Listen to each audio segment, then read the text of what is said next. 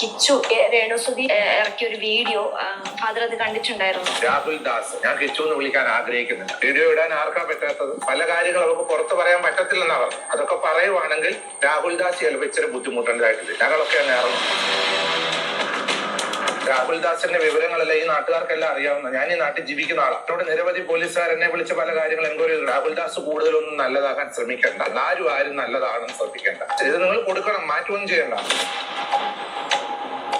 രാഹുൽ ദാസിന്റെ ഒരു വരിക്കുള്ളതൊക്കെ ഉണ്ട്. അതെന്തൊക്കെയാണെന്ന് എന്റെ ലിസ്റ്റ് ഉണ്ട്. പോലീസുകാരുടെ എന്നുള്ള വിവരങ്ങളൊക്കെ എന്റെ ഉണ്ട്. ആ വിവരം കൃത്യമായിട്ടും കൊടുത്തേച്ചാണ്. രാഹുൽ ദാസ് പഠിച്ച് നല്ലൊരു ജോലിക്കാരനായി മിടുക്കനായി ജീവിക്കും. പ്രായത്തിന്റെ അല്ല, അഹങ്കാരം അങ്ങനെ തന്നെ കൊടുത്തോളൂ. ഈ വീട്ടിൽ വന്ന അഹങ്കാരം കാണിക്കാൻ നോക്കത്തില്ല. അത് രേണുസുതിയെ കൂടുതൽ എന്ന കുടുംബത്തെ ചവിട്ടി താക്കാൻ ശ്രമിക്കുവാണെങ്കിൽ കൂടെ നിൽക്കാൻ ആൾക്കാരുണ്ട്. ഇവിടെ വീടുണ്ട്, ഇവിടെ റൂമുണ്ട്. വേണമെങ്കിൽ ഇവിടെ വന്ന് ജീവിക്കാം.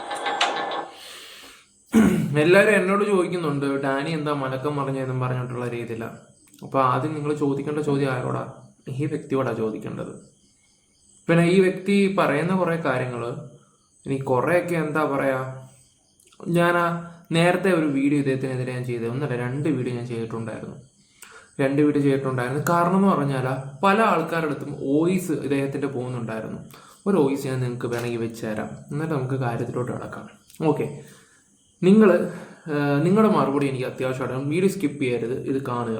നേരത്തെ ഞാൻ ഇദ്ദേഹത്തിനെതിരെ ഒരു 2 വീഡിയോ ചെയ്ത സമയത്ത് എന്നെ തന്തയ്ക്കും തള്ളയ്ക്കും വിളിച്ച് ഒരുപാട് ആൾക്കാരുണ്ട്. എൻ്റെ തന്തയ്ക്കും തള്ളയ്ക്കും ഒക്കെ വിളിച്ചതൊക്കെ.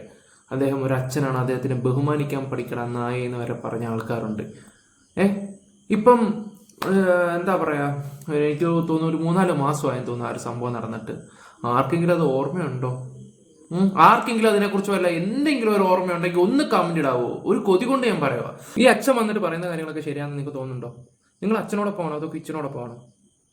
ഒന്ന് ഞാൻ ചോദിച്ചോട്ടെ. അച്ഛനെതിരെ ഞാൻ നേരത്തെ 2 വീഡിയോ ചെയ്തതാണ്. ആ സമയത്ത് ഇപ്പോൾ ഈ കിച്ചുവിനെ സപ്പോർട്ട് ചെയ്ത ആൾക്കാരൊക്കെ എന്നെ തെളിവ് വിളിച്ചതാണ്. ഞാനിപ്പോൾ ഒന്നുകൂടെ ചോദിക്കാം, നിങ്ങൾ അച്ഛനൊപ്പമാണോ ഈ പറയുന്ന കിച്ചനോടൊപ്പമാണോ? കിച്ചനോടൊപ്പമാണെങ്കിൽ നിങ്ങളൊന്ന് ലൈക്ക് ഒന്ന് അടിച്ചേക്കുക. അച്ഛനോടൊപ്പമാണെങ്കിൽ കറക്റ്റ് കമന്റും കാര്യങ്ങളും വന്നിട്ടേക്കാം. ഒന്ന് അറിഞ്ഞാൽ കൊള്ളാമെന്നുണ്ട്. നമുക്ക് തന്നെ വീഡിയോട്ട് പോവാം.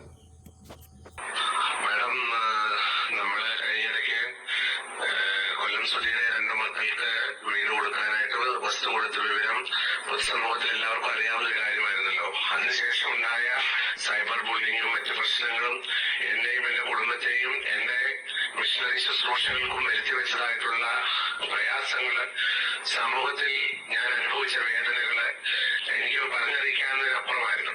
അത് സഹികെട്ടിട്ടാണ് എന്നെ പബ്ലിക്കിൽ കൊല്ലം സുധീര സഹധർമ്മിണി രേണുസുതി പല സന്ദർഭങ്ങളിലും എന്നെ പലപ്പോഴും പബ്ലിക് പ്ലാറ്റ്ഫോമുകളിൽ വന്നിരുന്ന് അവരോട് ചോദിക്കുന്ന ചോദ്യങ്ങൾക്ക് എന്നെ അപമാനപ്പെടുത്തിക്കൊണ്ടുള്ളതായിട്ടുള്ള അവരുടെ വോയിസുകളൊക്കെയും അവരുടെ വീഡിയോ ആയിട്ട് വന്ന് എന്നെയും എന്റെ കുടുംബത്തെയും വളരെയധികം വേദനിപ്പിച്ചു. അതനുസരിച്ച് ഞാൻ എന്റെ ബഹുമാനപ്പെട്ട വക്കീൽ വഴി ഇവർക്ക് ഒരു ലീഗൽ നോട്ടീസ് കഴിഞ്ഞ ദിവസങ്ങളിൽ അയച്ചിരുന്നു. അത് അവർ കൈപ്പറ്റിയ ശേഷം അവരെ എന്റെ അഡ്വക്കേറ്റിൽ ഒരു ലീഗൽ നോട്ടീസ് അയച്ചു കൊടുക്കുകയുണ്ടായി. അത് ഇന്ന് എന്റെ അഡ്വക്കേറ്റ് എനിക്ക് വിവരം തരികയുണ്ടായി. അതിനകത്ത് അവർ യാതൊരു വിധമായ തെറ്റുകുറ്റങ്ങൾ ചെയ്തിട്ടില്ലെന്നും ഇതൊക്കെയും വളരെ നിസ്സാരമായിട്ടുള്ള കാര്യങ്ങളാണെന്നും അങ്ങനെ ഒരു സംഭവം നടന്നിട്ടില്ല എന്നും പറഞ്ഞാണ് അവർ അഡ്വക്കേറ്റ് ഞങ്ങൾക്ക് അത് രേണുസുതി എന്ന് പറയുന്ന ഒരു സ്ത്രീ എന്തെങ്കിലും സത്യം പറഞ്ഞിട്ടുണ്ടോ? ഇല്ല. ഓക്കെ, പണ്ട് ഒരുപാട് ചാനലിൽ ഈ പറയുന്ന അച്ഛൻ്റെ വോയിസും കാര്യങ്ങളൊക്കെ പോക്ക് ചെയ്യുന്നുണ്ടായിരുന്നു. പ്രത്യേകിച്ച് താത്തയുടെ ചാനലിലൊക്കെ അച്ഛൻ എക്സ്ക്ലൂസീവും വോയിസും കാര്യങ്ങളൊക്കെ കൊടുക്കുന്നുണ്ടായിരുന്നു. എനിക്ക് തോന്നുന്നു ഒരു പക്ഷേ കേരളത്തിൽ അച്ഛന് കൂടുതലും സപ്പോർട്ട് ചെയ്ത വീഡിയോ ഒരു വ്യക്തി മറ്റാരും അല്ലാതെ നമ്മുടെ താത്തയാണ്. താത്ത ഇതൊക്കെ കേൾക്കുന്നുണ്ടോ? അച്ഛൻ ഇന്ന് വന്ന് പറയുന്ന കാര്യങ്ങളൊക്കെ എല്ലാവരും കേട്ടല്ലോ. അച്ഛൻ്റെ ഇപ്പോഴത്തെ സംസാര രീതിയും കാര്യങ്ങളൊക്കെ ഓക്കെ. എനിക്ക് തോന്നുന്നു രേണുസുതിക്ക് ക്യാൻസർ ആകുമ്പം ആ ഒരു സ്ത്രീക്ക് കൊടുക്കേണ്ട റെസ്പെക്റ്റും കാര്യങ്ങളൊക്കെ അച്ഛൻ കൊടുക്കുന്നുണ്ട്. നല്ല കാര്യം തന്നെയാണ് അച്ഛൻ ചെയ്യുന്നത്. നല്ല കാര്യം, സന്തോഷം. പിന്നെ അറിയാലോ, ഈ ഒരു ലോഹയൊക്കെ ഇട്ടുകൊണ്ട് അദ്ദേഹം കാണിക്കുന്നത് നല്ല കാര്യങ്ങൾ തന്നെ. അദ്ദേഹത്തിൻ്റെ മനസ്സിൽ കളങ്കമില്ല, അതുകൊണ്ടാണ് അദ്ദേഹം പോയി ചെയ്യുന്നത്. നല്ല കാര്യം. പക്ഷേ ഒരു കാര്യം ഞാൻ പറയാം, പണ്ടും ചില കാര്യങ്ങളൊക്കെ ഉണ്ടായിരുന്നു. അച്ഛൻ ഇപ്പോൾ പറയുന്ന കാര്യങ്ങളല്ല ചില സമയത്ത് മാറ്റിയെന്ന് പറയും. ഈ ഒരു വിഷയവും എൻ്റെ ആൾക്കാർ ആ ഒരു സെൻസിലെടുക്കൂ. പറയാൻ മനസ്സിലായി. ഞാനൊന്ന് ഓർമ്മപ്പെടുത്തിയ എന്താണെന്ന് വെച്ചാൽ എൻ്റെ 2 വീഡിയോ ചെയ്തായിരുന്നു. ഞാൻ ഇച്ചിരി നെഗറ്റീവായിട്ടാണ് ചെയ്തത്. ഉള്ള കാര്യം പറയാറുണ്ടല്ലോ. അത് ഈ താത്തയ്ക്ക് കൊണ്ട് വോയിസും കാര്യങ്ങളൊക്കെ ആവശ്യമില്ലാത്ത കാര്യങ്ങളും അച്ഛനായിട്ട് കൊണ്ട് ഇട്ട് കൊടുക്കുന്നതായിട്ടാണ് എനിക്ക് ഫീൽ ചെയ്തത്. ഞാനതാണ് അന്ന് അങ്ങനെ ചെയ്തത്. വീഡിയോ എന്ത് കണ്ടാലും തെറ്റെന്ന് തോന്നി ഞാൻ വിളിച്ചു പറയുന്നൊരു ക്യാരക്ടറാണ് ഞാൻ. ഇദ്ദേഹത്തിനെ നേരിട്ട് കണ്ട് അനുഗ്രഹം മേടിച്ചൊരു വ്യക്തിയാണ്. ഇപ്പോൾ ഏകദേശം 1 വർഷം ആവാൻ പോകുന്നു. എന്നിട്ടും അത്രയ്ക്ക് റെസ്പെക്റ്റ് ഉള്ള ഒരു മനുഷ്യൻ്റെ എനിക്ക് വേണമെങ്കിൽ ചെയ്യാതിരിക്കായിരുന്നു. പക്ഷേ ഞാനങ്ങ് സോഷ്യൽ മീഡിയ കാര്യങ്ങൾ തുറന്നു പറഞ്ഞു. അന്ന് എന്നെ കുറ്റപ്പെടുത്തിയ ആൾക്കാർ, ഇപ്പം ഈ കുറ്റപ്പെടുത്തിയ ആൾക്കാർ ഇപ്പം എനിക്ക് തോന്നുന്നു കിച്ചുവിൻ്റെ സൈഡിൽ നിൽക്കുന്ന ആൾക്കാരാണ്. കിച്ചുവിൻ്റെയും താത്തയുടെയും അതുൽ അങ്ങനെയൊക്കെയുള്ള എല്ലാ ആൾക്കാരുടെയൊക്കെ സൈഡിൽ നിൽക്കുന്ന ആൾക്കാരാണ്. ആ ആൾക്കാരോട് ഞാൻ ചോദിച്ചോട്ടെ, അന്ന് പറഞ്ഞ കാര്യങ്ങൾ ഇപ്പം ഏകദേശം കറക്റ്റായെന്ന് നിങ്ങൾക്ക് തോന്നിയോ? അപ്പോൾ നിങ്ങൾ വിചാരിക്കേണ്ട അച്ഛനെ നൈസായിട്ട് കൂടി തെളിവാണോ? അല്ലല്ല, എൻ്റെ കാര്യം അത് അന്ന് പറഞ്ഞ കാര്യങ്ങൾ ഇപ്പം ക്ലിയർ ആയോ എന്നൊന്ന് അറിയിക്കാൻ വേണ്ടി മാത്രം ഞാൻ പറഞ്ഞതേ ഉള്ളൂ. ഓക്കെ, ഇനി നമുക്ക് വിഷയത്തിലോട്ട് പോവാം.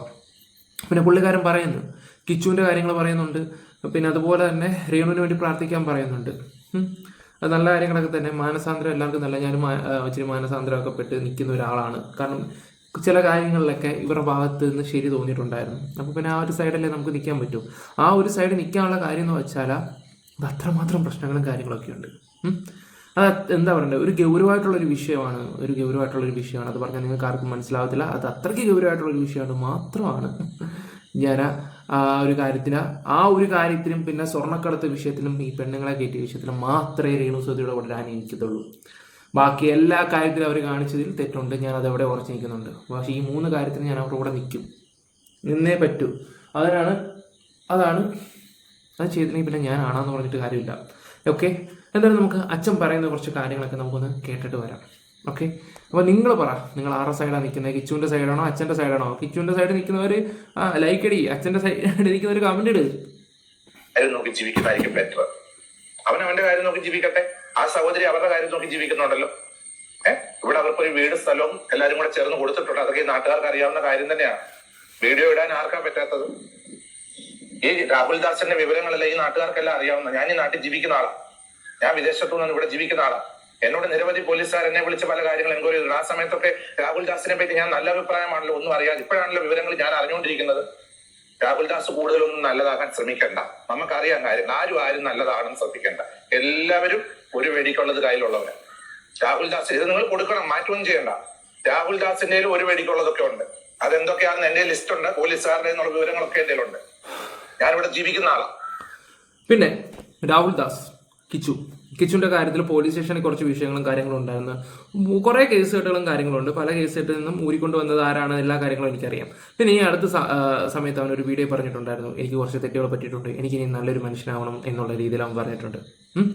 അത് പറയുമ്പോൾ നമ്മുടെ കേരളത്തിലെ ജനങ്ങൾ പറഞ്ഞ ഒരു കാര്യം എന്നോടും പറഞ്ഞാൽ ഞാൻ ഒരു അവസരം കൊടുക്കുക, അവനെ അങ്ങ് വിട്ട് കളാ എന്നുള്ള രീതി. ഞാൻ അവസരം കൊടുത്തു. അവൻ ഇഷ്ടം പോലെ പോട്ടെ. പിന്നീട് കുറച്ച് വിവരങ്ങൾ ഞാൻ അറിഞ്ഞപ്പോൾ ഞാനും അങ്ങ് ഷോക്കായിപ്പോയി. അപ്പം ഞാൻ പണ്ട് ഒരാളെ തപ്പി നടന്നിട്ടുണ്ടായിരുന്നു ഒരു വിഷയത്തിലാണ്. രേണുവിൻ്റെ വിഷയത്തിൽ തന്നെ ഒരാളെ തപ്പി ആ ആളിനെയും കൂടെ കിട്ടണം. ആ ആൾ ഇവരാന്ന് അറിഞ്ഞപ്പോഴത്തേക്ക് എൻ്റെ ഉള്ളകിളിയും കൂടെ പോയി. ഭയങ്കര ട്വിസ്റ്റായിരുന്നു കേട്ടോ അതൊക്കെ. എൻ്റെ പൊന്നോ, ആ ഒരു സ്റ്റോറി ഞാനിവിടെ പറയാൻ ആഗ്രഹിക്കുന്നില്ല. അത് എന്താ പറയണ്ടേ, അത് പറഞ്ഞാലും ആരും വിശ്വസിക്കാനും പോകുന്നൊന്നുമില്ല. അതിലും ഇവരെ വെളുപ്പിക്കാൻ മുടന്തൻ ന്യായങ്ങളായിട്ട് വരും. ചെറുപ്രായത്തിൽ സംഭവിച്ച കാര്യങ്ങളല്ലേ എന്നൊക്കെ പറഞ്ഞിട്ട്. ഓക്കെ, അങ്ങനെയെങ്കിൽ അങ്ങനെ. ഇപ്പം നമുക്കുള്ളതൊന്നും പറയാൻ പറ്റത്തില്ലല്ലോ. നമുക്ക് ഈ കണ്ടന്റ് ജസ്റ്റ് ഒന്ന് സംസാരിച്ച് പോകാം, അത്രേ ഉള്ളൂ. അച്ഛൻ പറ, രേണുവിൻ്റെ പറയാനുള്ള കേൾക്കാം, കിച്ചുവിൻ്റെ പറയാനുള്ള കേൾക്കാം. എന്തായാലും നിങ്ങൾ ഒരു കാര്യം പറയാം, ഈ പറയുന്ന രേണുവിനെ ഏറ്റവും കൂടുതൽ നിന്നൊരു വ്യക്തിയെ അച്ഛൻ ഇപ്പോൾ സപ്പോർട്ട് ചെയ്ത് സംസാരിക്കുമ്പോൾ നിങ്ങൾ ആലോചിച്ച് നോക്ക്, എന്തായിരിക്കും ആ ഒരു സംഭവം? അത്ര ഗൗരവമായിട്ടുള്ളൊരു വിഷയം എന്താണ്? സംഭവം സത്യമാണ്, 100% സത്യമാണ്. ആ വിവരം കൃത്യമായിട്ട് കൊടുത്തേച്ചാൽ മതി. രാഹുൽ ദാസ് പഠിച്ച് നല്ലൊരു ജോലിക്കാരനായി മിടുക്കനായി ജീവിക്കുക.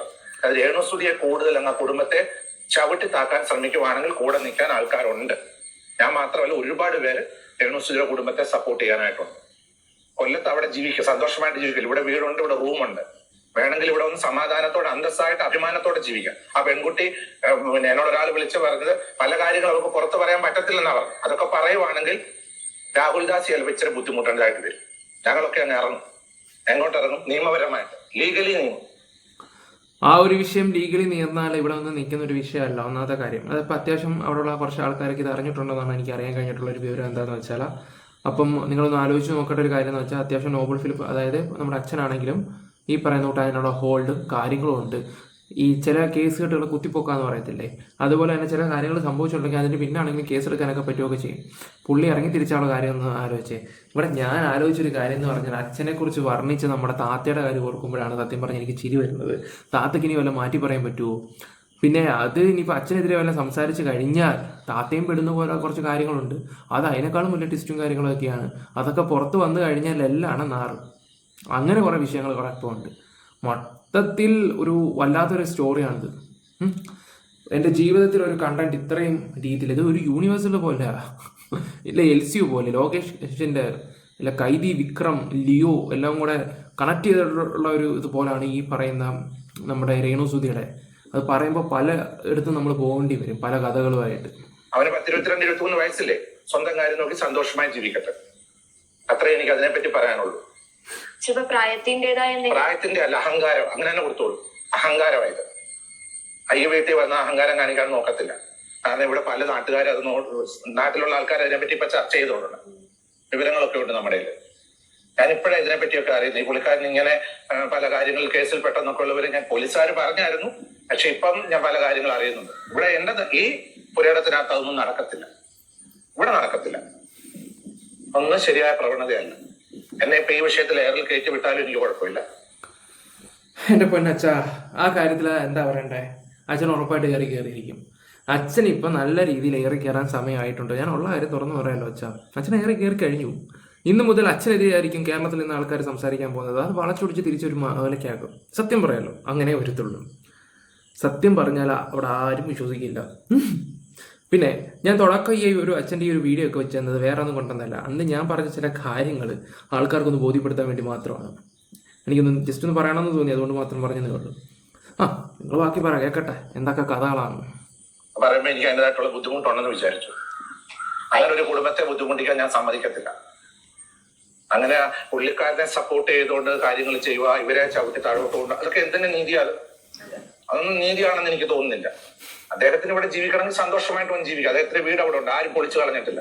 അദ്ദേഹത്തിന് അവിടെ ബെഡ്റൂം ഉണ്ട്, അതിനകത്ത് ഒന്ന് സന്തോഷമായിട്ട് താമസിക്കുക. പുള്ളിക്കാരന് വയ്യാതിരിക്കുന്ന ആ സഹോദരിയെ, ആരോഗ്യമില്ലാതെ മരണവും ജീവന്റെ ഇടയിൽ നിൽക്കുന്ന ഒരു സഹോദരിയെ, അവരെ ഇപ്പം ആൾക്കാരുടെ മുമ്പിലേക്ക് ഇങ്ങനെ പിച്ച് ചിന്താനായിട്ട് എറിഞ്ഞു കൊടുത്തിട്ടുണ്ടെങ്കിൽ അദ്ദേഹത്തെ പറ്റിയുള്ള കാര്യം ഞാൻ ഈ നാട്ടുകാരെ കൊണ്ട് വീഡിയോ ഇടിപ്പിക്കും. പല കാര്യങ്ങൾ പറയാനുണ്ടാവും, പല കാര്യങ്ങൾ. അതുകൊണ്ട് നമ്മൾ എന്തിനാ വെറുതെ വേറെ ഒരാളെ ഡിസ്റ്റർബ് ചെയ്യാൻ പാടില്ല എന്നുള്ളതാണ് എന്റെ അഭിപ്രായം. എനിക്ക് അതിനെപ്പറ്റിയുള്ള അഭിപ്രായം അത്ര തന്നെ ഉള്ളൂ. ഇനിയെല്ലാം മനസ്സറിഞ്ഞ് കിച്ചു തിരിച്ചു വന്ന് അമ്മയുടെ അടുത്ത് വരികയാണെങ്കിൽ അക്സെപ്റ്റ് ചെയ്യുമോ? അവരൊരു അമ്മയും മകനും തമ്മിലുള്ള കാര്യം അവരുടെ വീട്ടിൽ തീർക്കേണ്ട കാര്യങ്ങളാണ്. അത് പബ്ലിക്കിൽ കൊണ്ടിട്ട് അലക്കാൻ വേണ്ടി എറിഞ്ഞു കൊടുക്കരുത്. നാട്ടുകാർ അത് കയറി അലക്കി വെളുപ്പിക്കും ശരിക്കും. ബിഷപ്പ് ഇതിപ്പോ കിച്ചുവിനും റിദപ്പനും ബിഷപ്പാണ് ആ സ്ഥലം വീട് വെക്കാനായിട്ട് കൊടുത്തത്. അതുകൊണ്ടാണോ ഇത്രയും വിഷമത്തിൽ ഇങ്ങനെ സംസാരിച്ചത്? ഒരിക്കലും അങ്ങനെ ചിന്തിക്കുകയായിരുന്നു. ഓക്കെ, ഞാൻ ഈ ഒരു വീഡിയോ ഇപ്പോൾ ഇവിടെ നിർത്തുകയാണ്. ഈ ഒരു വീഡിയോ ഞാനിപ്പോൾ ഇവിടെ സ്റ്റോപ്പ് ചെയ്യണം. നമുക്കിത് വിശദമായിട്ടൊന്ന് സംസാരിക്കാനുണ്ട് ഇതിനെക്കുറിച്ച്.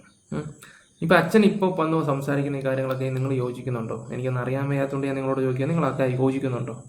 അച്ഛൻ്റെ കൂടെ ആരൊക്കെ നിൽക്കുന്നുണ്ടെന്ന് അറിയണം. ഈ ഒരു വീഡിയോ ഞാൻ ഇവിടെ വെച്ച് ഞാനിപ്പോൾ നിർത്തുകയാണ്. അത് കഴിഞ്ഞിട്ട് ഞാൻ അത് അടുത്ത വീഡിയോ ആയിട്ട് വരാം.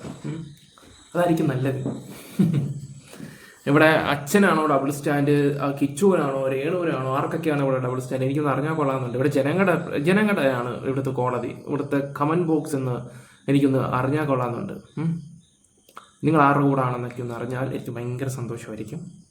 അപ്പോൾ ഞാൻ അത് കഴിഞ്ഞിട്ട് നല്ലൊരു വീഡിയോ ആയിട്ട് അങ്ങോട്ട് വരാം.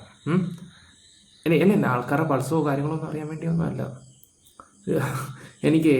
കാരണം ഞാൻ പണ്ട് പറഞ്ഞ ചില കാര്യങ്ങൾ ഇപ്പോൾ വീണ്ടും ശരിയായിട്ടൊക്കെ വരുന്നൊക്കെ ഉണ്ട്, അതുകൊണ്ട് പറഞ്ഞതാണ്. എന്തായാലും ബൈ, ലവ് യു ഗൈസ്.